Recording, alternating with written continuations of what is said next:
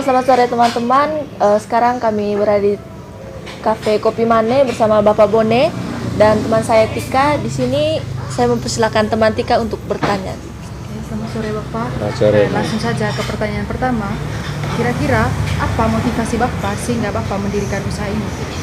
Ya, jadi setelah kami purna bakti selama 40 tahun di Jakarta kami bertugas, maka kami pikir bahwa kami mesti pulang kampung untuk mulai sesuatu. Dan kami memilih kopi sebagai usaha yang ingin kami kembangkan karena memang kopi Manggarai ini memang sudah dikenal cita rasanya, dan kami ingin mengembangkan lagi lebih terkenal bukan cuma Nusantara tapi juga mancanegara. Itu yang pertama. Lanjut ke pertanyaan kedua. Berapa modal yang dikeluarkan Bapak dalam mendirikan usaha ini?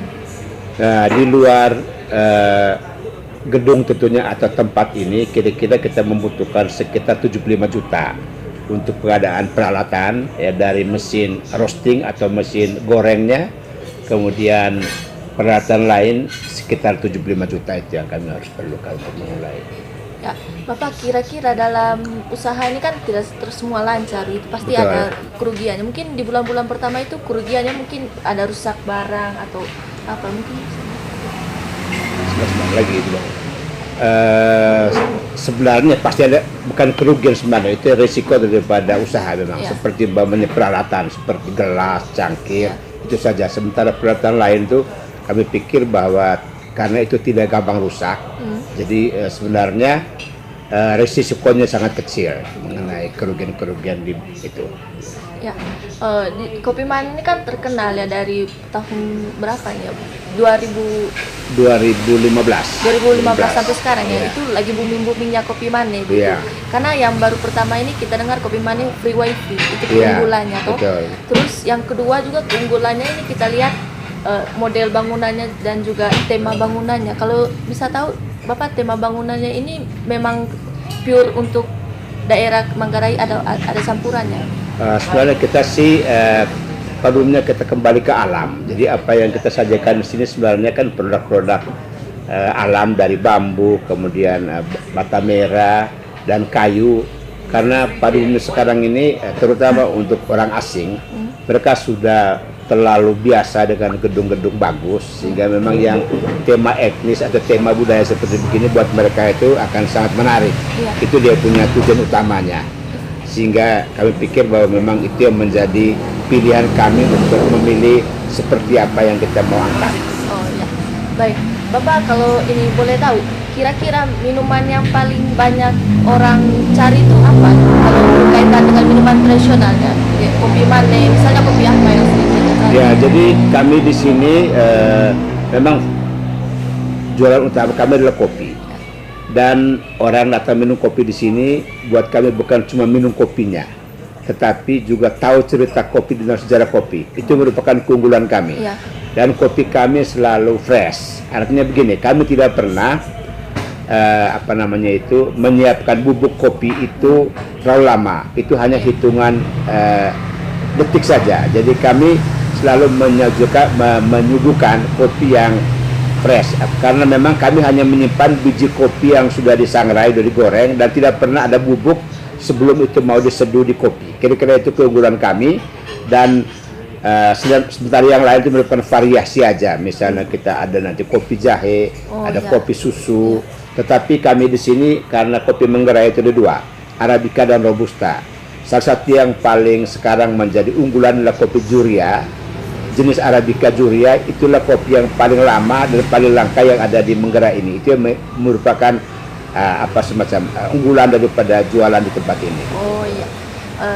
Selain untuk kopi dan selain untuk kopi dan yang lain-lain, di sini juga saya lihat Bapak sebagai seorang wirausaha, kita lihat juga selain kafe, Bapak juga kayak membuka rental gitu ya, kayak motor gitu.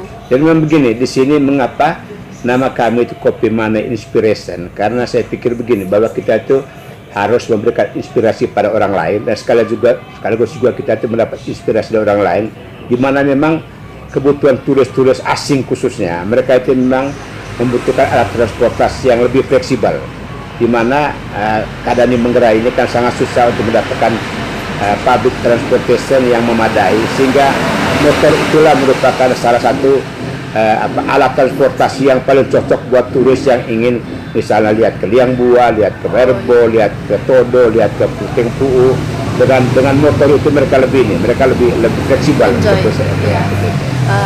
Selain itu Bapak, kan kita lihat nih, dari Kopi Mane ini pembukanya pertama ya untuk NTT kalau misalnya untuk Ruteng gini, kalau untuk tempat minum-minum yang cozy. Terus latar belakang Bapak pilih sampai untuk kopi itu kan Bapak sudah cerita untuk macam ini ya. Menurut Bapak sendiri motivasi atau latar belakang yang pertama itu mendorong Bapak sampai di kopi gitu?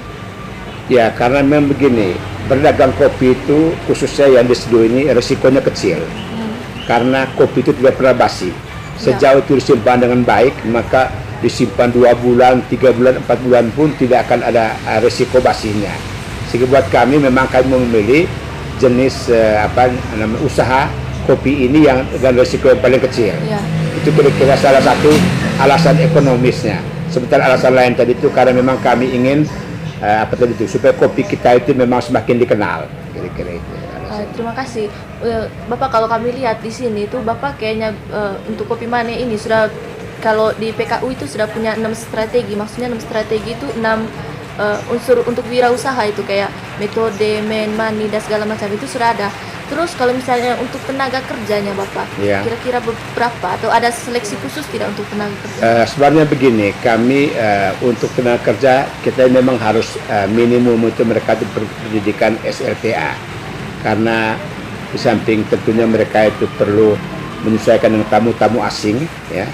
Tapi juga memang kita harapkan mereka itu bisa kemudian berusaha sendiri. Jadi kami sebenarnya anak kesini kami biarkan mereka belajar di sini. Kalau memang mereka ingin berusaha sendiri, kami berikan kesempatan. Itu kira-kira cara kami ini. Dan menerima juga anak-anak magang, misalnya dari SMK yang selama ini setelah teratur dari SMK BRI ataupun dari SMK Borong. Jadi gitu. Ya Bapak, pertanyaan terakhir, apakah Bapak punya rencana sebagai seorang wirausaha nih, pasti punya planning dan rencana ke depannya. Apakah punya rencana untuk membuka cabang lagi gitu dari Kopi Mane? Sekarang ini kami cabang di Labuan Bajo. Itu sudah sejak 4 tahun yang lalu.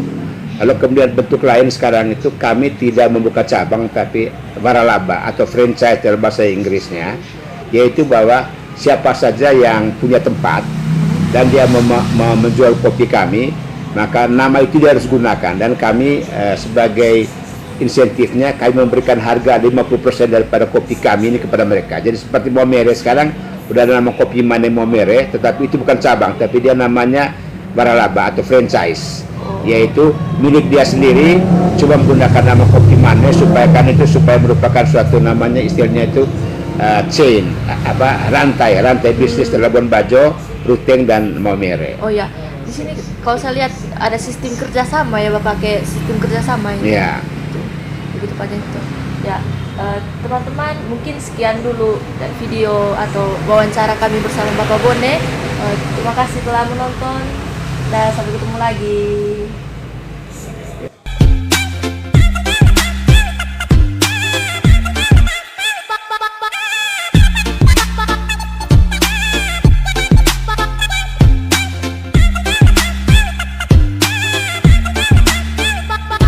Don't worry, baby, you the only one. I got a good day in my own, you know I love you girl. I swear, I swear, I swear, I swear. Akan ulang, ini yang terakhir lo sebawa pulang. Baby, baby, I'm so bad ya, love forgot ya, dan segat ya. Please